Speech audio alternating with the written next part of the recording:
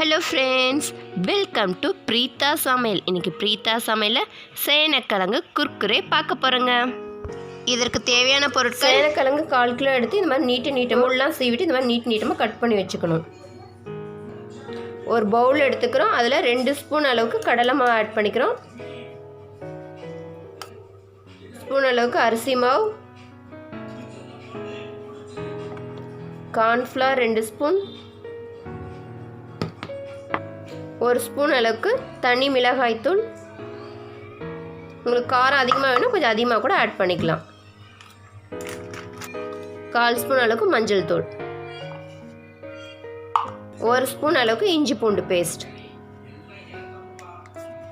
தேவையான அளவுக்கு salt add பண்ணிக்கலாம். இப்போ எல்லாத்தையும் தண்ணி லைட்டாக ஊற்றி நல்லா மிக்ஸ் பண்ணிக்கணும்.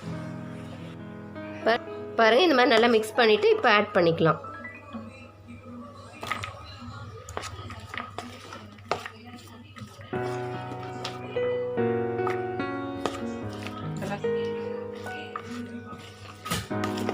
பாருங்கள், எல்லாம் நல்லா மிக்ஸ் பண்ணியாச்சு.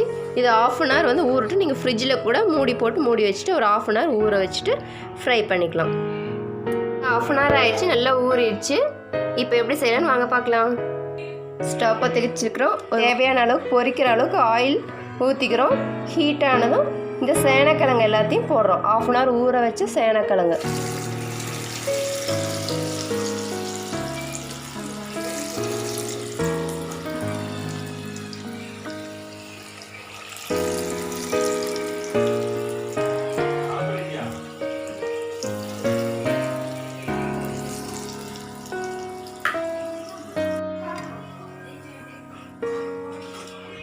பாருங்கள், சேனக்கிழங்கு குர்குரே ரெடி.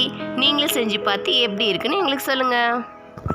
இப்படி செஞ்சு தந்தீங்கன்னா குழந்தைங்களும் விரும்பி சாப்பிடுவாங்க. அதே போல் சேனக்கிழங்கா இருக்கட்டும், கருணக்கிழங்கா இருக்கட்டும், வாங்கிட்டு வந்ததுமே உடனே செய்யாமல் 1 week அந்த மாதிரி வச்சுட்டு செஞ்சிங்கன்னா இந்த நாக்கு அரிக்கிறதுலாம் வராது. இந்த வீடியோ பிடிச்சதுன்னா பிரீத்தா சமையலுக்கு லைக் பண்ணுங்கள், ஷேர் பண்ணுங்கள், கமெண்ட் பண்ணுங்கள், சப்ஸ்கிரைப் பண்ணுங்கள். பக்கத்தில் இருக்கிற பெல் பட்டனை மறக்காமல் கிளிக் பண்ணுங்கள். வேறொரு இன்ட்ரெஸ்டிங் ரெசிபியோடு உங்களை சந்திக்கும் வரை பாய் ஃப்ரம் பிரீத்தா சமையல். பாய்.